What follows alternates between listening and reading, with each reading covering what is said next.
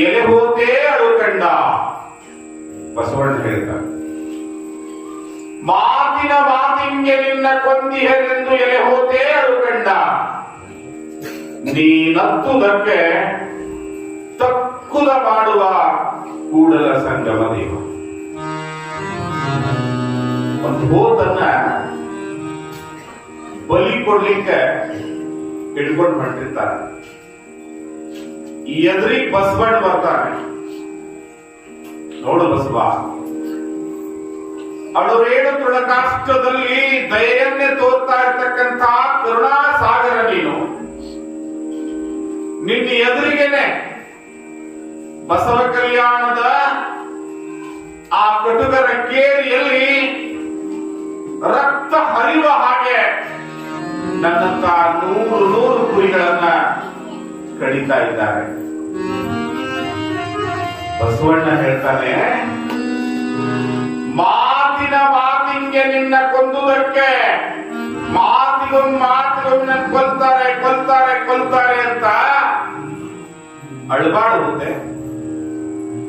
ನೀನು ಏನು ಅತ್ತಿಯಲ್ಲ ಆ ಅಳುವಿಗೆ ತಕ್ಕದ್ದನ್ನ ಇಲ್ಲಿ ಕಕ್ಕೆ ಹೋಗ್ತಾರ, ಹಂಗ ಹೋಗುದಿಲ್ಲ.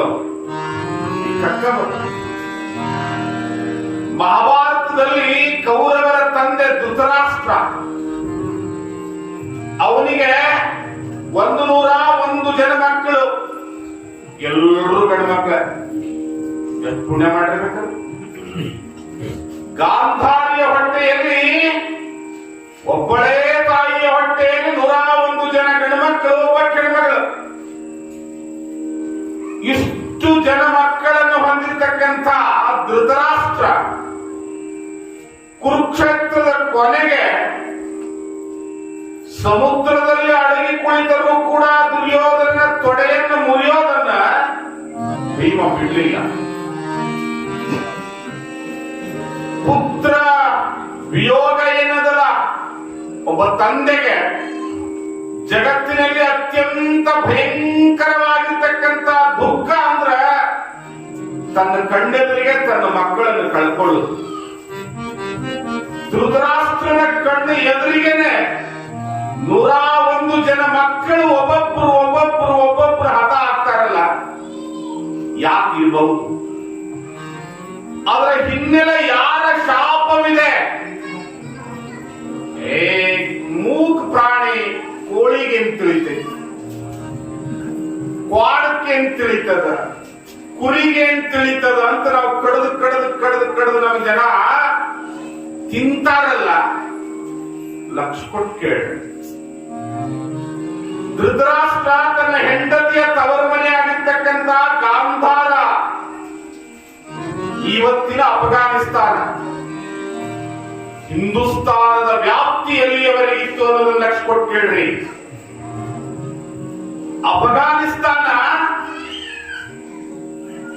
ಜೈನರ, ಬುದ್ಧರ, ಶೈವರ ಪೂಜಾ ಸ್ಥಳವಾಗಿತ್ತು. ಅಜ್ಜಿ ಆಮೇಲೆ ನಾವು ಬಂದು ಹಚ್ಕೊಂತೀನಿ, ಸುಮ್ಬಿಡು ಬಿಡ ಬಂದದು.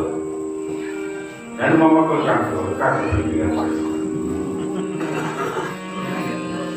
ಅಫ್ಘಾನಿಸ್ತಾನ ಗಾಂಧಾರಿಯ ತವರು ಮನೆ. ಧೃತರಾಷ್ಟ್ರ ಹಳೆ ತನಕ ಹೋಗಿದ್ದ, ರಥದೊಳಗೆ ಕುಂತ್ಕೊಂಡು ಹೋಗಿದ್ದ. ಮೊಟ್ಟ ಮೊದಲನೇ ದಿವಸ ಅವನಿಗೆ ಊಟಕ್ಕೆ ಕೊಟ್ಟಿದ್ರು. ಬಹಳ ರುಚಿ ಇತ್ತು ಊಟ. ಸಹಜ, ನೀರ್ ಬದಲಾದಾಗ, ಜಾಗ ಬದಲಾದಾಗ, ವಾತಾವರಣ ಬದಲಾದಾಗ ನಮ್ಮ ಮನ್ಯಾನ ಊಟಕ್ಕಿಂತ ಆ ಊಟ ಜರ ಚಲೋ ಅನಿಸ್ತದ. ಹಿಂಗ ಒಂದ್ 7-8 ವರ್ಷ ಮಾಡಿಬಿಟ್ರ ಲಿವರ್ ಕೊಯ್ದು ಹೋಗಿಬೇಕಾಗ್ತೈತಿ, ಬೈಪಾಸ್ ಸರ್ಜರಿ ಮಾಡ್ಬೇಕಾಗ್ತೈತಿ. ಮನ್ಯಾಗ ಊಟದಷ್ಟು ಒಳ್ಳೆ ಊಟ ಯಾವ ಹೋಟೆಲ್ದಾಗ, ಯಾವ ದಾಬಾದಾಗ, ಯಾವ ಖಾನಾವಳಿಯಾಗೂ ಇರಂಗಿಲ್ಲ. ಅದರಲ್ಲೂ ಸಂಗನ ಬಸವಪ್ಪನ ದಾಸೋಹದ ಮಹಾಪ್ರಸಾದದಲ್ಲ, ಜಗತ್ತಿನ ಅತ್ಯಂತ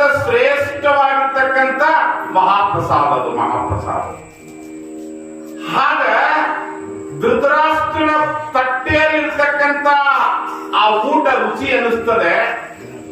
ಬಾಣಸಿಗರಿಗೆ ಕೇಳ್ತಾನೆ, ಇದು ಎದರಿಂದ ಮಾಡಿರಿ ಅಂತ. ನಮ್ಮ ಅರಮನೆಯ ಉದ್ಯಾನವನದಲ್ಲಿ ಒಂದು ಹೊಂಡ ಇದೆ. ಆ ಹೊಂಡದಲ್ಲಿ ಹಂಸ ಪಕ್ಷಿಗಳನ್ನು ಸಾಕಿದ್ದೀವಿ. ಅದರಲ್ಲಿ ಒಂದು ಹಂಸ ಪಕ್ಷಿ 101 ಮರಿಗಳನ್ನ ಹಾಕಿದ. ಎಷ್ಟು ಮರಿಗಳನ್ನ? 101 ಮರಿಗಳನ್ನ ಹಾಕಿದ. ಅದರೊಳಗಿನ ದೊಡ್ಡ ಮರಿನ ಕಡಿದು ಇವತ್ತು ನಿನಗ ಊಟಕ್ಕೆ ಮಾಡಿ. ಬಹಳ ರುಚಿ ಅದ. ನಾಳೆಗೆ ಹೊಳ್ಳಿ ನನ್ನ ಅಂತಃಪುರಕ್ಕೆ ನಾ ಹೋಗ್ತೀನಿ, ನನ್ನ ರಾಜ್ಯಕ್ಕ ಹೋಗುವಾಗ ಒಂದು ಬುಟ್ಟಿಯೊಳಗ ಆ ತಾಯಿ ಹಂಸವನ್ನ ಮತ್ತೆ ಆ ಎಲ್ಲ ಮರಿಗಳನ್ನ ತುಂಬಿ ಕಳಿಸು. ಆತ ಹಳೆ ಕೇಳ್ಯಾನ, ಬಂಗಾರ ಕೇಳಿಲ್ಲ, ಬೆಳ್ಳಿ ಕೇಳಿಲ್ಲ, ಹಂಸ ಪಕ್ಷಿ ಕೇಳ್ಯಾನಂತ ತುಂಬಿ ಕಳಿಸಿದ್ರು. ದಿವಸ ಒಂದೊಂದು ಕಡ್ಯಾವ, ಊಟ ಮಾಡವ. ದಿವಸ ಒಂದೊಂದು ಕಳ್ಸಾವ, ಊಟ ಮಾಡವ. ಆ ತಾಯಿ ಹಂಸ ಅಂತಂತ ಎಲ್ಲಾ ಗುಡ್ಡ,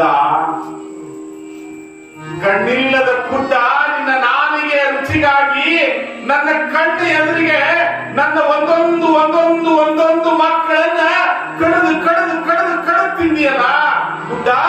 ನಿನ್ನ ಕಣ್ಣೆದುರಿಗೆ ನಿನ್ನ 101 ಮಕ್ಕಳು ಒಬ್ಬೊಬ್ಬರು ಹೆಣವಾಗಿ ಹೋಗಿ ಅಂತ ಒಂದು ಹಂಸ ಪಕ್ಷಿ ಶಾಪ ಕೊಡುತ್ತಂತೆ. ಆ ಪರಿಣಾಮವಾಗಿ ಧೃತರಾಷ್ಟ್ರ ಜೀವಿತ ಕಾಲಾವಧಿಯಲ್ಲಿ ತನ್ನೆಲ್ಲ ಮಕ್ಕಳನ್ನು ಕಳ್ಕೊಂಡ. ಏನ್ ತಿಳಿತ್ ನಿಮಗ್ ಕಥೆಯಿಂದ? ಎಷ್ಟು ಜನರಿಗೆ ನಾವು ಪ್ರಾಣ ಹಿಂಸೆಯನ್ನು ಮಾಡ್ತೀವಿ. ಅದರಲ್ಲೂ ಒಡ ಹುಟ್ಟಿದ ಅಣ್ಣ ತಮ್ಮಂದಿರಿಗೆ ಬಿಡೋದಿಲ್ಲ, ನೆರೆಹೊರೆಯವರಿಗೆ ಬಿಡೋದಿಲ್ಲ. ಮಕ್ಕಳ ಮನೆಯವರು ಒಂದ್ ಸ್ವಲ್ಪ ಚಲೋ ಮನೆ ಕಟ್ಕೊಂಡ್ರಂದ್ರ ಮುತ್ಯ ಏನ್ರ ಮಾಡ್ತೀವಿ, ಬಾಳ ಆಗ್ಯದ. ನೀನು ಮೈಗೂರು ದುಡಿ. ಸುಮ್ಮನೆ 10,000 ಒಂದ್ ನಿಂಬೆ ಹಣ್ಣಾರೆ ₹1 ಕೊಟ್ರೆ 2 ನಿಂಬೆ ಹಣ್ಣು ಕೊಡ್ತಾರೆ. ಮತ್ ನಿಮ್ಮದ ನಿಂಬೆ ಹಣ್ಣದು ಬ್ಯಾರೆದಲ್ಲ. ನಿಮ್ಮ ನಿಂಬೆ ಹಣ್ಣಿಗೆ ನೀವು 10,000 ಕೊಟ್ಟು ನೀವು ತಿನ್ನಾರ್ದ ಯಾರ್ದ ಮನಿ ಮ್ಯಾಲ ಹೋಗಿದ್ಯಾ, ಯಾರ್ದ ಅಂಗಳದಾಗ ಹೋಗಿದ್ಯಾ, ಯಾರ್ದ ಹೊಸದಾಗ ಮುಚ್ಚಿದ್ಯಾ, ಆವಾಗ ಏನದ? ಏನು ಆಗೋದು? ಏನಾಗ್ತದಂದ್ರ ನಿಮ್ ಕಿಸ್ತ್ಯಾಗ ರೊಕ್ಕ ಹಾಳಾಗ್ತಾವ. ಅಟ್ಟ ಯಜಮಾನ್ ಅಂತಾರ ಇದು ತಲಿ ಕೆಟ್ಟದ, ಇದು ಅಡ್ಡಾಡ್ತದ. ಹಿಂಗ ಇನ್ನು ಬ್ಯಾಡ ಅಂದ್ರ ಮನ್ಯಾಗ ಒಡ ಒಡ ಒಡ ಒಡ ಒದರ್ತದ. ರೊಟ್ಟಿ ಬಂದಾಕವಂತ ಕೊಡ್ತಿರ್ತಾನ ಅವ ಅಷ್ಟ. ಅದಕ್ಕ ಜೀವ ಹಿಂಸೆಯನ್ನು ಮಾಡುವಂತ